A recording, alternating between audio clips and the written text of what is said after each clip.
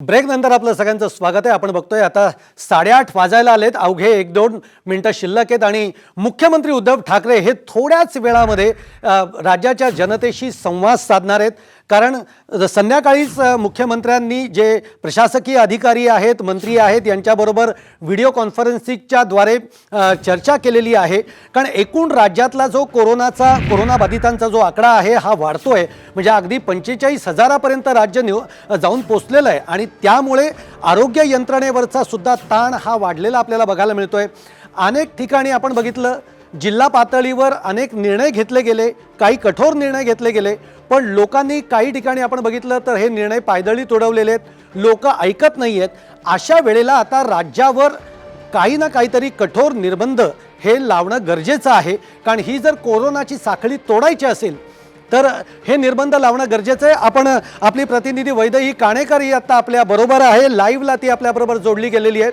वैदेही, आपण बघतोय की मुख्यमंत्र्यांनी एकूणच राज्यामध्ये आत्ताची जी कोरोनाची स्थिती आहे या पातळीवर मुख्यमंत्र्यांनी आज तातडीची प्रशासकीय अधिकाऱ्यांच्या बरोबर, मंत्र्यांबरोबर ते बोललेले आहेत व्हिडिओ कॉन्फरन्सिंगच्या द्वारे। आता 8:30 वाजता अगदी काही क्षणातच ते समोर येतील। उत्सुकता ही आहे की आता लॉकडाऊन की कडक निर्बंध, काय सांगशील?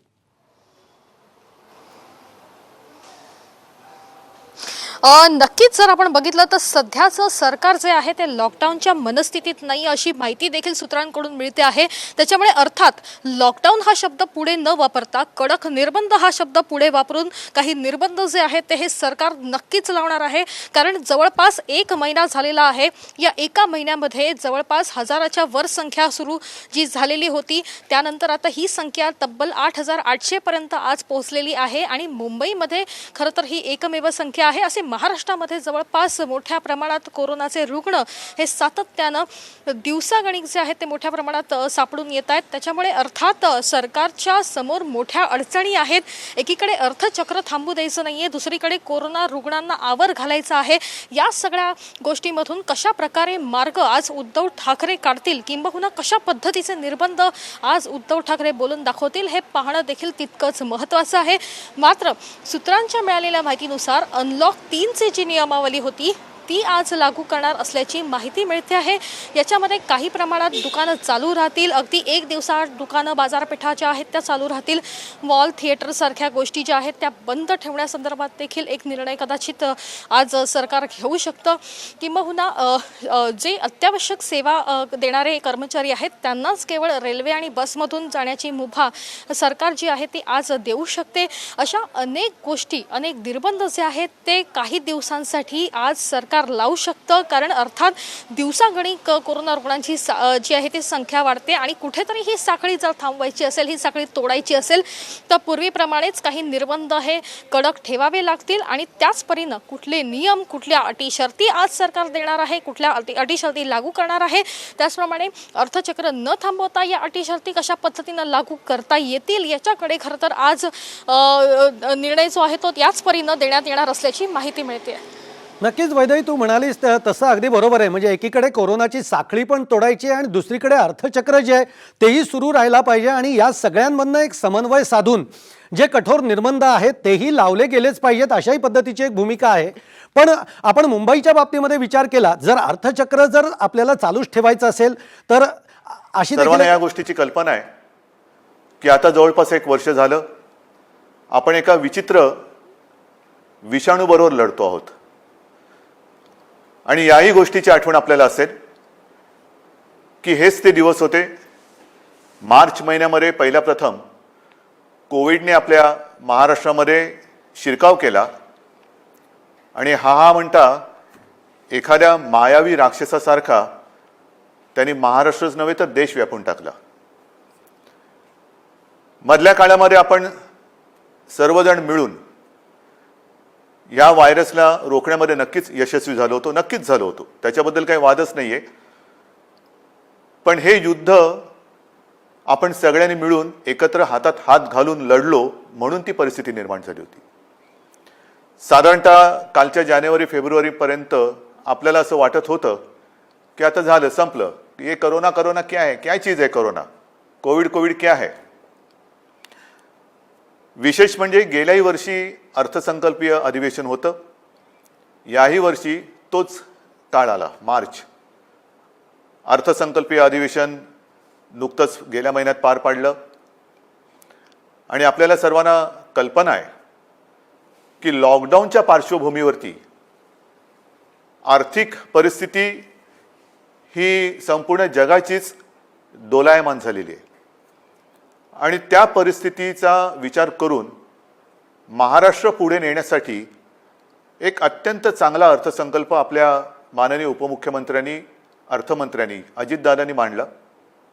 आपल्या सरकारचा तो अर्थसंकल्प महाराष्ट्र पुढे नेणारा, संकटातही महाराष्ट्र थांबला नाही, थांबणार नाही हे करून दाखवणारा तो अर्थसंकल्प आपण मांडला. आणि त्याच्यानंतर जे जे काय झालं, म्हणजे काल परवाकडे होळी, धुलीवंदन सगळं पार पडलं, पण तिथपासूनच आपल्या राज्यात शिमग्याला सुरुवात झाली. असो, त्या शिमग्याबद्दल मी काय बोलणार नाही. त्याला सुद्धा मी जेव्हा उत्तर द्यायचं तेव्हा मी जरूर देईन. तो विषय आजचा नाही आहे. आजचा विषय आहे तो कोरोनाची परिस्थिती ही नेमकी काय, आपण काय करणार आहोत. मध्ये मध्ये मी आपल्याला सातत्याने सांगत आलेलो आहे की जर ही परिस्थिती अशीच राहिली तर आपल्याला परत एकदा लॉकडाऊन करावा लागेल की काय, अशी एक शक्यता मी बोलून दाखवली होती. ही शक्यता आजही पूर्णपणे टळलेली नाही आहे. मला आज पुन्हा एकदा आपल्याला सर्वांना आवाहन करायचं आहे, विनंती करायची आहे. कारण गेल्या वर्षभरामध्ये माझ्या महाराष्ट्रातील प्रत्येक बांधवांनी, भगिनींनी आणि मातांनी जे जे मी सांगत आलो ते अत्यंत आपुलकीने ऐकून घेतलं आणि त्याच्याप्रमाणे ते वागले. तुम्ही सगळे वागलात. यात सर्व धार्मिक नेते आले, सर्व धर्मीय आले, सर्व राजकीय पक्ष आले, त्यांचे कार्यकर्ते आले. आता काय झाले थोडंसं की मधला काळ जो आला त्या काळामध्ये आपण थोडे शिथिल झालो. आपण शस्त्र टाकली की काय अशी एक साधारणतः परिस्थिती निर्माण झाली. लग्न समारंभ थाटामाटात सुरू झाले, इतर पार्ट्या सुरू झाल्या, राजकीय मोर्चे, निदर्शनं, आंदोलनं, सगळं काही जणू काही कोरोना गेला अशा पद्धतीने आपण सुरू केलं. आणि तेव्हाही मी सांगत होतो की थोडा धीर धरा. पुन्हा एकदा मार्च एप्रिल एंडपर्यंत आपल्याला थोडासा एक संयम बाळगावा लागेल. दुर्दैवाने जी भीती केवळ मीच नव्हे तर ह्या विषयातले जे तज्ज्ञ आहेत त्यांनी जी व्यक्त केली होती ती खरी ठरली. मार्चच्या आधीपासूनच आपल्या राज्यामध्ये पुन्हा एकदा कोरोना मोठ्या राक्षसापेक्षा, म्हणजे गेला राक्षस होता त्याच्या डबल, टिबल, दुप्पट, तिपटीने अकराळ विक्राळ रूप धारण करून आलेलं आहे. त्याच्यामध्येच विषाणूचा नवा अवतार, म्हणजे हे पण नवल आहे. आत्तापर्यंत आपण आपले विष्णूचे अवतार ऐकले होते, ज्याचे आपण पूजन करतो. ज्या ज्या वेळेला संकट आली त्या त्या वेळेला भगवान विष्णूंनी वेगवेगळे अवतार घेतले आणि आपल्याला वाचवलं. पण हा विषाणू जो आहे तो वेगवेगळे अवतार धारण करून आपल्याला संकटात टाकतोय आणि आपली परीक्षा बघतोय. पुन्हा एकदा तीच गरज आहे. आपल्याला सर्वांना धैर्याने, सगळं धैर्य एकवटून लढण्याची गरज आहे. लॉकडाऊन करणार का हा प्रश्न अजूनही मी उत्तर देत नाही. पण साधारणतः आत्ताची परिस्थिती काय आहे ह्याची कल्पना आपल्याला देण्याची मला पुन्हा एकदा गरज वाटते. जेव्हा ही परिस्थिती निर्माण झाली, किंबहुना कोविडची साथ सुरू झाली, आपल्याला पूर्ण माहिती आहे आपल्या राज्यामध्ये फक्त 2च ह्या विषाणूंची चाचणी जिथे होऊ शकते अशा प्रयोगशाळा होत्या. एक मुंबईमध्ये कस्तुरबा आणि दुसरी पुण्याला NIVची. आज त्या दोनाच्या जवळपास आपण 500 पर्यंत चाचण्या करणाऱ्या संस्था किंबहुना लॅब्स तयार केलेल्या आहेत. मुंबईमध्ये सुद्धा आपण दर दिवशी साधारणतः 50,000 चाचण्या आज करतो आहोत. गेल्या काही दिवसात, म्हणजे मला जी माहिती सगळी माझ्याकडे आलेली आहे त्याच्यात महाराष्ट्रामध्ये जी आपली क्षमता होती 75,000 चाचण्या दर दिवशी करण्याची, ती आपण वाढवून जवळपास 1,82,000 पर्यंत नेलेली आहे. 1,82,000, 75,000 ते 1,82,000 इथपर्यंत आज आपण रोजच्या चाचण्या करतो. येत्या काही दिवसात ही संख्या आपल्याला 2.5 लाखावर न्यायची आहे. 2.5 लाख चाचण्या दर दिवशी महाराष्ट्रामध्ये लवकरात लवकर आपण करणार आहोत. आणि याही चाचण्या ते रॅपिड अँटीजेननी नाही, तर त्याचं जे प्रमाण आहे, केंद्राची जी काय मार्गदर्शक तत्व आहेत की साधारणतः 70% चाचण्या ह्या RT-PCR या पद्धतीने झाल्या पाहिजेत. आता माझ्यापेक्षा सर्वांनाच माहिती झालेलं नेमकं RT-PCR म्हणजे काय, रॅट म्हणजे रॅपिड अँटीजेन टेस्ट म्हणजे काय. RT-PCR मध्ये अचूकताही अधिक असते, अधिक चांगली असते. म्हणून आपलाही आणि केंद्राचाही आग्रह तोच आहे की जेवढ्या चाचण्या आपण करतो त्याच्यात किमान 70% चाचण्या ह्या RT-PCR असायलाच पाहिजेत. आणि त्याच पद्धतीने आपला महाराष्ट्र जेव्हा 75,000च्या आसपास चाचण्या करत होता त्याही वेळा तेव्हा त्याच टक्क्यात RT-PCR करत होता. आज जवळपास 1,82,000 करतोय, त्याच्यातही 70% RT-PCR आहेत. उद्या 2.5 लाख झाल्यानंतर 3 लाख झाल्यानंतर सुद्धा आपण ह्या चाचण्या RT-PCRच अधिक ठेवणार आहोत. म्हणजेच काय की आपण कुठेही दर्जाची तडजोड करत नाही आहोत, अजिबात करत नाही आहोत आणि करणार नाही. एक तर पहिली गोष्ट अशी आहे की काहीही आपण लपवत नाही आणि लपवणार नाही. एक सुद्धा रुग्ण आपण लपवलेला नाही आणि लपवत नाही आहे. आणि म्हणून जी महाराष्ट्रातली जी परिस्थिती आहे ती सगळ्यांना जरी धक्कादायक वाटत असली तरी आपण सत्य काय आहे हे लोकांसमोर अगदी जसंच्या तसं ठेवतो आहोत. मग काही जण मला म्हणतात की इतर राज्यांमध्ये बघा, बिहारमध्ये निवडणुका झाल्या, बंगालमध्ये चालू आहेत, आणखीन इकडे झालं, आणखीन तिकडे झालं, मग तिकडे वाढ नाही, तुमच्याकडे का. मला त्याच्याबद्दल बोलायचं नाही आहे, अजिबात बोलायचं नाही आहे. मला माझा महाराष्ट्र प्यारा आहे, मला माझी जनता ही प्यारी आहे. त्यांची जबाबदारी ही आज माझ्यावरती असल्यामुळे ती जबाबदारी मी आधीच बोललेलो आहे की मला कोणी विलन ठरवला तरी देखील मी ती पार पाडणारच, ते माझं कर्तव्य आहे. म्हणून तुम्ही घाबरून जाण्यासारखं काही नाही आहे. पण जशी ही टेस्टची संख्या मी तुम्हाला सांगितली त्याचप्रमाणे आपल्याकडे कोविड येण्याच्या आधी जेवढे काही बेड संपूर्ण महाराष्ट्रामध्ये होते त्याची संख्या काही हजारामध्ये होती, म्हणजे 10,000 सुद्धा नसेल कदाचित. कारण आधी आपण कधी कल्पनाच केली नव्हती की असं काहीतरी आकस्मिक संकट येईल आणि आपली त्रेधा तिरपीट उडेल. गेला मार्च महिन्यात तुम्हाला आठवतोय बेड्स मिळत नव्हते, हॉस्पिटल्स मिळत नव्हते, उपचार मिळत नव्हते. मग सगळे हॉस्पिटल्स ओव्हरफ्लो व्हायला लागली होती, ॲम्ब्युलन्स मिळत नव्हते. ह्या सगळ्या गोष्टी लक्षात घेतल्यानंतर आपण बेड्सची संख्या वाढवायला लागलो. महाराष्ट्र हे देशातलं पहिलं कदाचित एकमेव राज्य असेल की ज्याने अगदी फील्ड हॉस्पिटल्स उभारली लष्कराच्या धर्तीवरती. जसं लष्कर काम करतं तसं आपल्या महाराष्ट्राच्या यंत्रणेने काम केलं, आजही करते.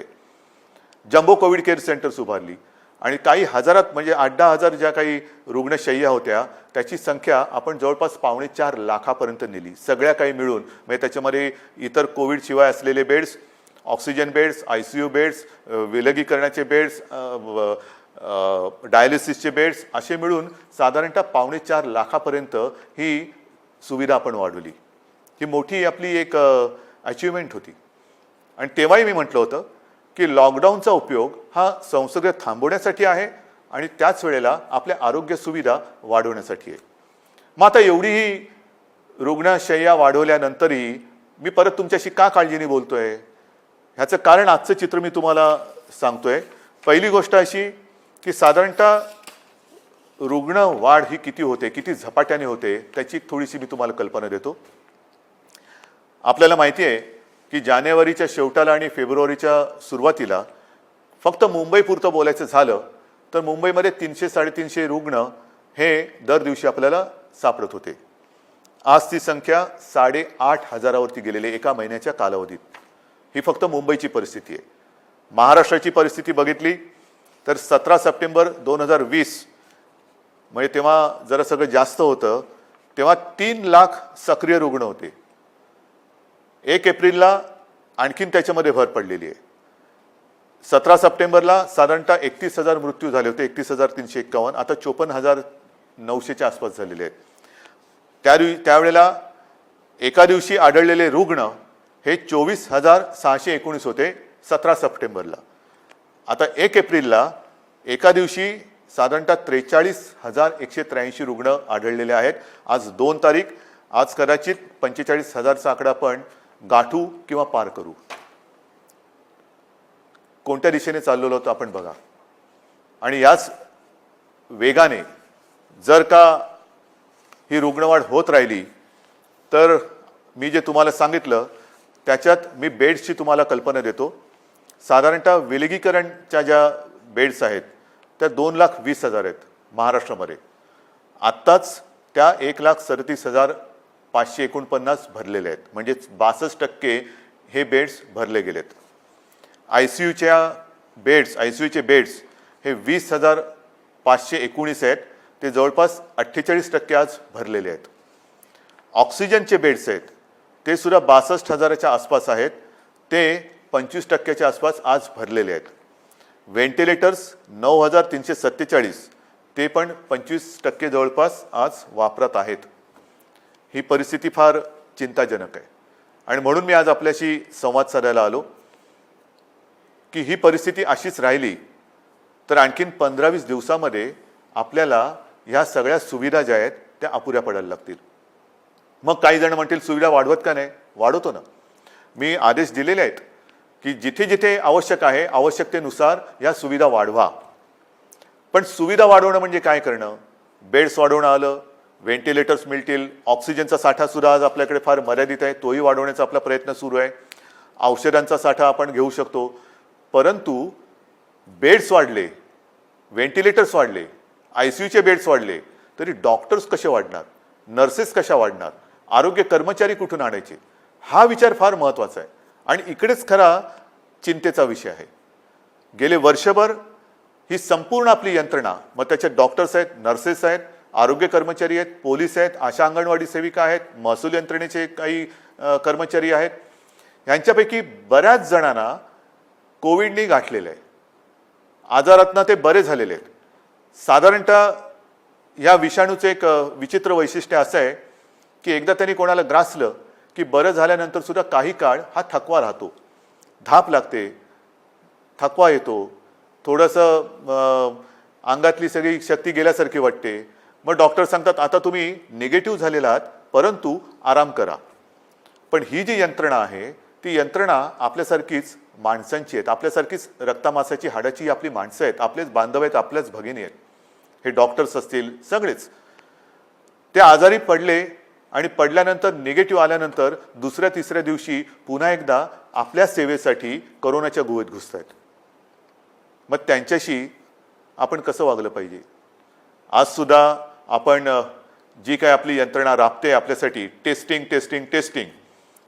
आहे, टेस्टिंग वाढवतोय, पण टेस्टिंग करण्यासाठी घराघरात जाऊन आपल्याच भगिनी आहेत, आपलेच बांधव आहेत, 2-2, 4-4, 5-5 माळ्याच्या इमारती असतील, लिफ्ट नसेल तरी सुद्धा ते चढ उतार करतात रोज न थकता.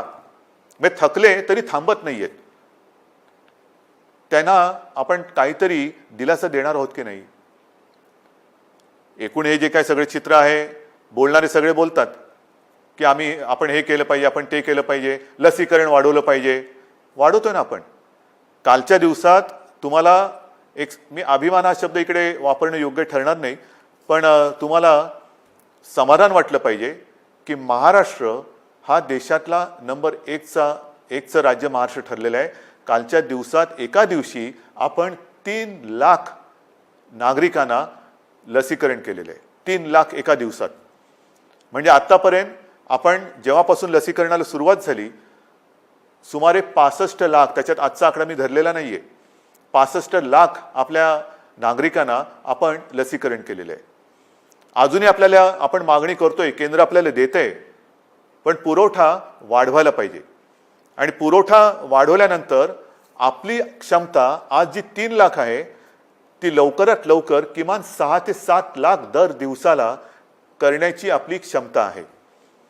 पण तेवढ्या लसचा पुरवठा झाला पाहिजे. ती मागणी आपण करतोय. होईल, मागणी मान्य होईल, मी काय त्याच्यावर टीका नाही करत आहे, कारण सगळ्याच राज्यांना द्यायचंय. तर ही आपली क्षमता आहे. परंतु होतंय असं की लस घेतल्यानंतर, आता मी सुद्धा 1 डोस घेतलेला आहे लसचा, आपल्याशी बोलताना आजूबाजूला कोण नाही म्हणूनच मी मास्क काढून आपल्याशी बोलतोय. पण लस घेतल्यानंतर सुद्धा काही जण कोरोनाने बाधित होत आहेत. का होत आहेत? कारण लस घेतली आता सगळं झालं असं नाहीये.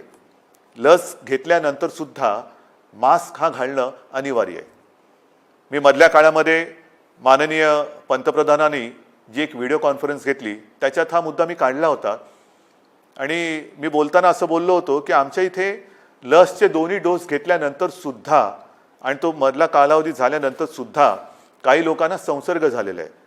तेव्हा स्वतः माननीय पंतप्रधानांनी सांगितलं की एक गोष्ट लक्षात घ्या की लस घेतली म्हणजे कोविड होणार नाही अशातला भाग नाही आहे. कोविड होईल पण त्याची घातकता कमी होईल. म्हणजेच काय की साधारणतः धुवाधार पावसामध्ये एक छत्री असावी तशी एक ही छत्री आहे, जरूर आहे. पण आत्ता नुसता पाऊस नाही आहे, वादळ आहे आणि या वादळामध्ये लस घेणे ही एक साधारणतः आपल्याकडे छत्री आहे, त्यातल्या त्यात कमीत कमी भिजावं म्हणून. आणि लस घेणं, टेस्ट वाढवणं, रोजच्या चाचण्या वाढवणं हा उपाय अजूनही तरी मी मानायला तयार नाही. जेवढ्या आपण चाचण्या वाढवत आहोत तेवढी रुग्णसंख्या आपल्याला कळते, उपचारासाठी आपण त्याने घेतोय. परंतु रुग्णवाढ थांबवण्यासाठी अजून कोणी उपाय सांगत नाहीये. काय आहे उपाय? उपाय नाहीये. पण लसीकरण करा, लसीकरण करतो आहोत. आज मी पुन्हा एकदा सांगतो, संपूर्ण देशात आपलं राज्य हे लस देणारं नंबर 1चं राज्य आहे. आजच्या दिवशी आपण 3 लाख नागरिकांना दर दिवशी लस देतोय. काल परवापासून 3 लाख हा आकडा गाठलेला आहे. परत एकदा सांगतो, लसीचा पुरवठा आपल्याला ज्या क्षणी वाढेल तेव्हा ही क्षमता आपण दुपटी तिपटीने वाढवू शकू एवढी आपली नाही म्हटलं तरी ताकद आहे, नक्कीच आहे. म्हणजेच काय की एका बाजूला आपली ही यंत्रणा ट्रॅकिंग, ट्रेसिंग, टेस्टिंग ह्याच्यासाठी बिझी आहे, दुसरीकडे उपचारांसाठी बिझी आहे, तिसरीकडे हीच यंत्रणा लसीकरणासाठी सुद्धा व्यस्त आहे. हे सगळं एकत्रित आल्यानंतर त्यांची काय स्थिती होत असेल ह्याचा थोडा आपण विचार केला पाहिजे. आणि म्हणून मला असं वाटतं की लॉकडाऊन करायचं का? इतर देशांनी काय केलेलं आहे? इतर देशाचा जर का आपण अंदाज घेतला तर अमेरिकेने सुद्धा 7 कलमी कार्यक्रम जाहीर केले आहे. त्याच्यामध्ये सुद्धा त्यांनी असं म्हटलेलं आहे की राजकारण नको, जीव महत्त्वाचा आहे, असं राष्ट्राध्यक्षांनी आवाहन केलं आहे. मला असं वाटतं आपल्याकडे सुद्धा सर्व पक्षांनी त्यांनी केलेलं आवाहन नाही पण निदान मी केलेली विनंती मानायला काय हरकत नाही आहे. जीवाशी खेळ नको, कृपा करून याच्यात राजकारण आणू नका. ब्राझीलमध्ये तर फारच पंचायत झालेली आहे, कारण तिकडे मार्चच्या एका महिन्यात जवळपास 60,000 मृत्यू झालेले आहेत. मृत्यूदर दुपटीने वाढला आहे. बेरोजगारीची म्हणजे मृत्यू पण होत आहेत आणि बेरोजगारीची पण समस्या वाढते. फार विचित्र परिस्थिती ब्राझीलमध्ये. रशियामध्ये पण लस आलेली आहे, त्याच्यामध्ये ते थोडं लस आणि त्या लसीकरणामध्ये ते पुढे आहेत. फ्रान्समध्ये परिस्थिती नाजूक आहे. तिथेही जी माहिती मिळते तिकडे तिसऱ्यांदा राष्ट्रीय लॉकडाऊन करण्यात आलेला आहे आणि ह्या लॉकडाऊनच्या मध्ये केवळ जीवनावश्यक वस्तूंची दुकाने उघडण्यास परवानगी दिलेली आहे. कार्यालयातील लोकांना फक्त घरून काम करावे लागेल. पुढील 3 आठवड्यांसाठी शाळा पूर्णपणे बंद ठेवण्यात येतील. या 4 आठवड्यात कोणत्याही प्रकारची जाहीर सभा होणार नाही, त्यांच्यावर पूर्ण बंदी असेल. कोणी आवश्यक कारणाशिवाय आपले घर सोडणार नाही. हे मी तुम्हाला नाही सांगितलं, हे फ्रान्समधलं वातावरण तुम्हाला सांगतो. नाही तर तुम्हाला वाटेल मी आत्ताच काहीतरी लॉकडाऊन जाहीर केले काय. हंगेरीमध्ये पण वर्क फ्रॉम होम बंधनकारक आहे. डेन्मार्कमध्ये तसंच आहे. ग्रीसमध्ये हळूहळू निर्बंध हटवायला सुरुवात झालेली आहे. बेल्जियमने परत एकदा महिन्याभराचा कडक लॉकडाऊन लावला आहे. पोर्तुगाल सरकारने शहरांमधील नागरिकांची ये जा थांबवली आहे. आयर्लंडमध्ये तर डिसेंबरपासून कडक लॉकडाऊन आहे. फिलिपिन्समध्ये मनिला व आसपास परत 1 आठवड्याचा कडक लॉकडाऊन लावला आहे. केनियामध्ये सुद्धा देशभर कडक निर्बंध लावलेले आहेत. UK सुद्धा आता हळूवार त्यांनी 2-2.5 महिन्याचा लॉकडाऊन केल्यानंतर हळूवार निर्बंध शिथिल करतायत. जसं आपण हळूवार शिथिल केले तसंच UK तिकडे तर 2.5-3 महिन्याचा अत्यंत कडक लॉकडाऊन होता आणि आता हळूवार ते निर्बंध शिथिल करतायत. इटलीमध्ये सुद्धा तशीच आहे. जर्मनीमध्ये सुद्धा तीच परिस्थिती आहे. पोलंडमध्ये तीच आहे. हे सगळं लक्षात घेतल्यानंतर मला माहिती आहे की लॉकडाऊन हा खूप घातक आहे. परंतु जी कात्रीत मी मागाशी म्हटलं की एका कात्रीत आपण सापडले. एका बाजूला अर्थचक्र आहे. अर्थचक्र चालवायचं तर अनर्थ ओढवतोय, अनर्थ थांबवायचा तर अर्थचक्र बंद पडतंय. करायचं काय मग? आणि मधल्या काळामध्ये जी काही मतं हे तज्ज्ञ ह्या क्षेत्रातले आहेत नाही आहेत मी त्यांची नावं नाही घेत, पण त्यांनी त्यांची मतं मांडलेली आहेत.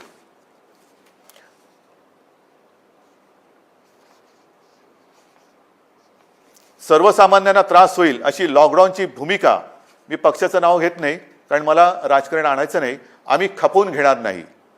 तुम्हाला आलेला झटका म्हणजे नियम नको. महाराष्ट्रामध्ये कोरोनाचं नाटक पुन्हा सुरू झालेलं आहे.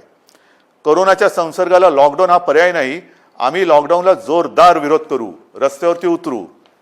हिटलरसारखं वागू नका. सर्वसामान्य जनतेला लॉकडाऊन परवडणारा नाही. जनता आधीच लॉकडाऊनला कंटाळली आहे, त्यामुळे राज्यात लॉकडाऊन लावणे हा पर्याय नव्हे. लॉकडाऊन हा अंतिम पर्याय होऊ शकत नाही. लॉकडाऊन लावायचं असेल तर आधी रोजगाराचे पैसे 5,000 रुपये का काय ते थेट खात्यात जमा करा. एका उद्योगपतीने सांगितले की लॉकडाऊन लावण्याच्या ऐवजी आरोग्य सुविधा वाढवा. आता आरोग्य सुविधा मी तुम्हाला सांगितली काय परिस्थिती आहे. गेल्या वर्षभरात आपण एवढी आरोग्य सुविधा वाढवली, अजूनही वाढवतो आहे.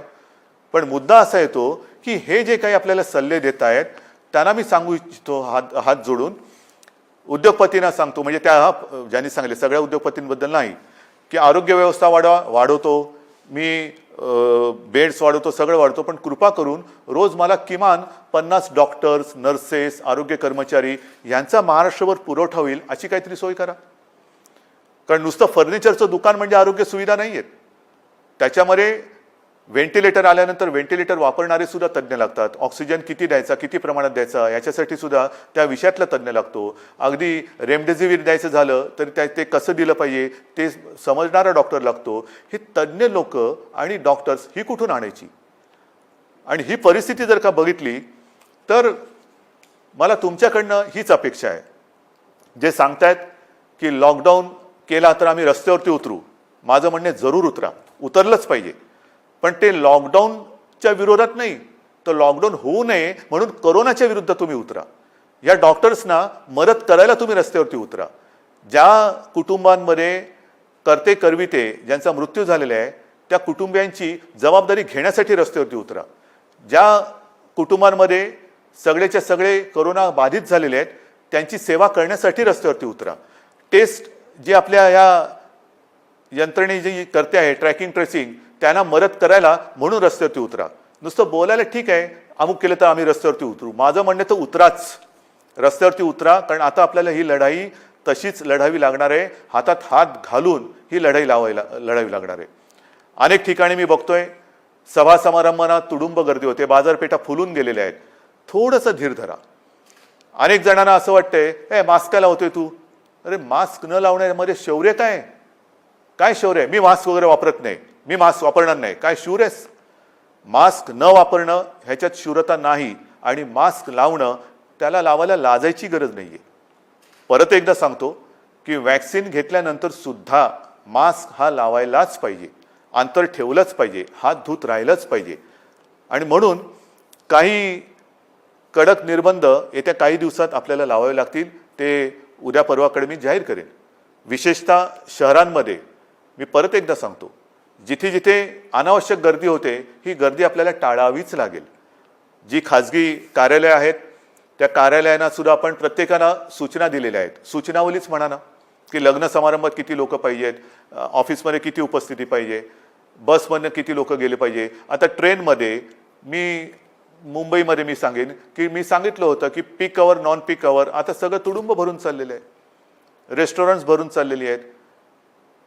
आता हे जर आपण थांबवलं नाही आणि परिस्थिती अशीच हाताबाहेर गेली आणि जसा ब्राझीलमध्ये दुर्दैवाने आता अशी परिस्थिती झालेली की लॉकडाऊन नाही आहे पण शुकशुकाट झालेलं आहे, म्हणजे रस्त्यावर फिरत असतील लोक पण रोजगार गेले आणि जीवही गेले. मग काय राहिलं? जीव वाचवायचा की रोजगार वाचवायचा? रोजगार आपल्याकडे आहेत, रोजगार परत मिळतील, पण गेलेला जीव परत आणता येणार नाही.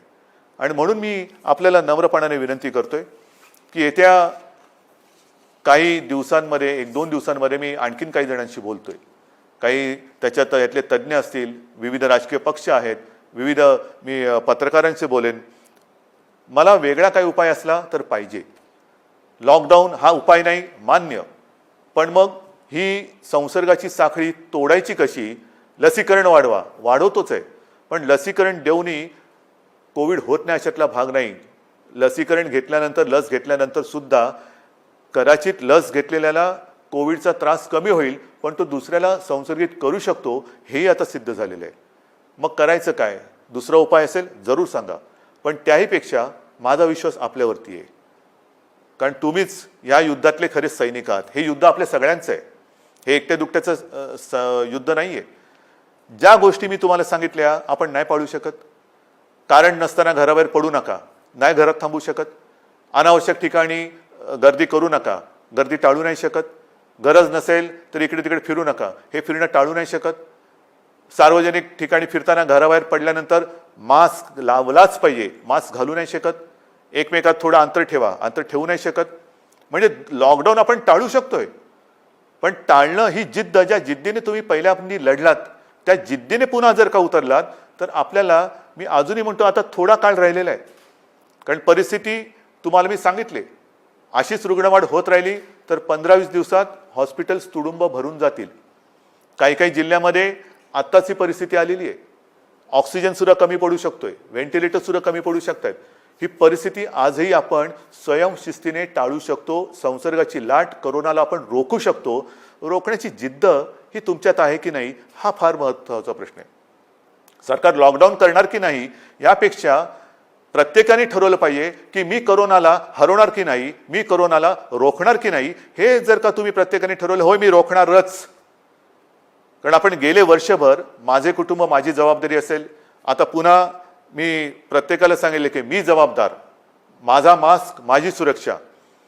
ह्या सगळ्या ज्या काही गोष्टी आहेत, नवीन ह्याच्यात काहीही नाही. जे पहिल्या दिवशी होतं ते आजही आहे. फक्त थोडंसं काय झालंय की सुरुवातीला जी एक कोरोनाची दहशत होती ती दहशत गेली, आपण गाफील झालो आणि कोरोनाने बरोबर आपल्याला गाठलं. अजूनही कोरोनाने आपल्यावरती मात केलेली नाही, मी त्याला करू देणार नाही, अजिबात नाही. मात आपणच त्याच्यावरती करायची आहे. पण ही मात करताना जर आपण घट्ट उभे राहिलो सगळ्या जणांनी, संपूर्ण सगळ्या राजकीय पक्षाने, मी पुन्हा एकदा हात जोडून विनंती करतो आहे की कृपा करा, जनतेच्या जीवाशी खेळ होईल असं राजकारण करू नका. जे सरकार पावलं उचलत आहे ते जनतेच्या हितासाठी उचलते. अर्थचक्रही फिरवायचं आहे, गरिबाची रोजीरोटी वाचवायची आहे, पण त्याचबरोबरीने सगळ्यात आधी आपल्याला त्यांची जीव वाचवायची आहे. म्हणून जीवाला पहिलं महत्त्व द्यायचं आहे आणि त्याच्यानंतर मग बाकीच्या ज्या काही गोष्टी आहेत त्या आपल्या हातातल्या आहेत त्या आपण करू शकतो.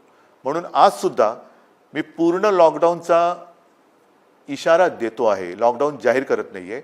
पण 1-2 दिवसामध्ये जर का दृश्य स्वरूपामध्ये ह्या गोष्टी आढळल्या नाहीत आणि दुसरा उपाय जर मी आता पुढच्या 1-2 दिवसांत ज्यांच्याबरोबर बैठका घेतोय त्यांच्याकडनं आला नाही तर मग मात्र आहे ती परिस्थिती अशीच्या अशी स्वीकारा, जे मला नाही जमणार. माझ्या डोळ्या देखत हे मी बघणार नाही आणि आपणही नाही बघायचं आहे. तर ती परिस्थिती रोखायला जगामध्ये जे करतायत, पहिला लॉकडाऊन दुसरा लॉकडाऊन, कारण लाटे मागून लाटा येतात. पहिली लाट आली, दुसरी लाट आली, तिसरी लाट आली. काय होतंय, एक लाट येऊन गेली, लॉकडाऊन होतो, सगळं शिथिल होतं, शिथिल झालं की दुसरी लाट येते. म्हणून आत्तापासून आपण ठरवलं पाहिजे की ही लाट तर मी रोखेनच आणि पुढची लाट तर मी येऊच देणार नाही. मला असं वाटतं, माझा आपल्यावरती विश्वास आहे, आपलाही माझ्यावरती विश्वास आहे. मध्ये काही जण भेटले होते आणि मला म्हणाले की अहो तुम्ही टी व्हीवर आले का लोक घाबरतात. म्हटलं मला नाही वाटत असं, कारण मी तुमच्या कुटुंबातला एक आहे, तुम्ही मला कुटुंबीय मानलेलं आहात आणि माझे कुटुंब माझी जबाबदारी, म्हणजे माझे कुटुंब तुम्ही आहात आणि तुमची जबाबदारी ही मी घेतल्यानंतर मला टीकेची पर्वा नाही. जे तुमच्या हिताचं असेल ते मी करणार आणि करेन. पुन्हा एकच सांगतो की सरकार यंत्रणेच्या बाबतीत कुठेही कमी पडलेलं नाही, पडू देणार नाही. सरकार खंबीर आहे, सरकार ठाम आहे. आरोग्य सुविधा कुठेही कणभर सुद्धा मी कमी पडू देणार नाही. मात्र ही एका हाताने टाळी वाजणार नाही. 2 हात जेव्हा एका हातात हात घालून आपण काम करू तर आणि तरच यश मिळेल. आणि मला आपल्या सहकार्याची अपेक्षा आहे, सर्व राजकीय पक्षांकडनं अपेक्षा आहे, सर्व धर्मियांकडनं अपेक्षा आहे. पुन्हा एकदा आपल्या उत्सवांवरती, सणांवरती बंधनं आणावी लागतील. जसं गेल्या वर्षी आपण सहकार्य केलं तसंच पुन्हा एकदा हे सहकार्य कराल अशी आशा नाही, असा विश्वास व्यक्त करतो. आणि ही लढाई पुन्हा एकदा लढण्यासाठी आणि जिंकण्यासाठी सिद्ध व्हा, एवढ्याच शुभेच्छा देतो. जय हिंद, जय महाराष्ट्र. ठाकरे फेसबुक लाईव्ह उद्धव ठाकरेंनी आता केलं. खरं तर सगळ्या राज्याचं आपलं लक्ष होतं की लॉकडाऊनच्या बद्दल ते काही बोलतील का, किंवा काही कठोर निर्बंध जे आहेत राज्यावर ते त्याच्या संदर्भात ते काही बोलतील का. पण एकूण आता आपण बघितलं तर उद्धव ठाकरेंनी देखील आपल्याला एक अशा पद्धतीची सूचना केलेली आहे की पुढचे 1-2 दिवस मी काही लोकांशी चर्चा करतो आहे, याच्यातनं आपल्याला एक सुवर्ण मध्य चांगला काढायचा आहे, जेणेकरून आपल्याला कोरोनाची साखळी ही तोडायची आहे, परंतु त्याचप्रमाणे जे आर्थिक चक्र आहे ते सुद्धा कुठे आपल्याला थांबू द्यायचं नाही आहे.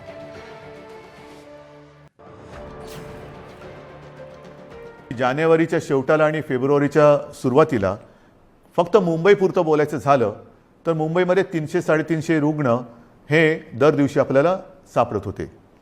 आज ती संख्या 8,500वरती गेलेली एका महिन्याच्या कालावधीत.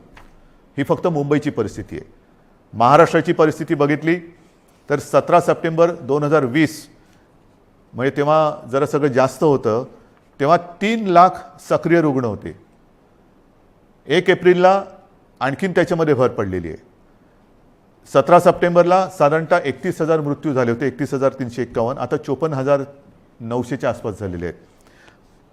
त्यावेळेला एका दिवशी आढळलेले रुग्ण हे 24,619 होते 17 सप्टेंबरला.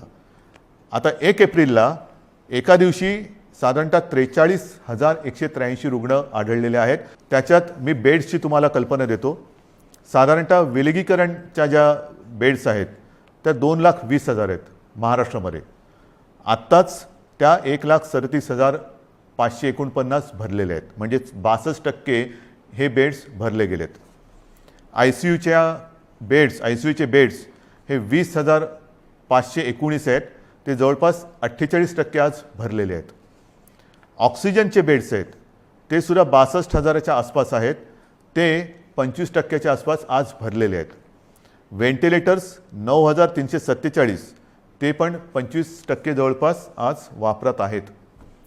ही परिस्थिती फार चिंताजनक आहे. लस घेतल्यानंतर सुद्धा काही जण कोरोनाने बाधित होत आहेत. का होत आहेत? कारण लस घेतली आता सगळं झालं असं नाही आहे. लस घेतल्यानंतर सुद्धा मास्क हा घालणं अनिवार्य आहे.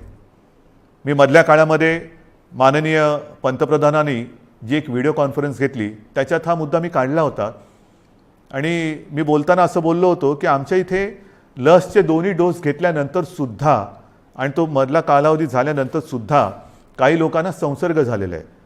तेव्हा स्वतः माननीय पंतप्रधानांनी सांगितलं की एक गोष्ट लक्षात घ्या की लस घेतली म्हणजे कोविड होणार नाही अशातला भाग नाही आहे. कोविड होईल पण त्याची घातकता कमी होईल. म्हणजेच काय की साधारणतः धुवाधार पावसामध्ये एक छत्री असावी तशी एक ही छत्री आहे, जरूर आहे. पण आत्ता नुसता पाऊस नाही आहे, वादळ आहे. आणि या वादळामध्ये लस घेणे ही एक साधारणतः आपल्याकडे छत्री आहे, त्यातल्या त्यात कमीत कमी भिजावं म्हणून. आणि लस घेणं, टेस्ट वाढवणं, रोजच्या चाचण्या वाढवणं हा उपाय अजूनही तरी मी मानायला तयार नाही. जे सांगतायत की लॉकडाऊन केला तर आम्ही रस्त्यावरती उतरू, माझं म्हणणे जरूर उतरा, उतरलंच पाहिजे. पण ते लॉकडाऊनच्या विरोधात नाही, तर लॉकडाऊन होऊ नये म्हणून कोरोनाच्या विरुद्ध तुम्ही उतरा. या डॉक्टर्सना मदत करायला तुम्ही रस्त्यावरती उतरा.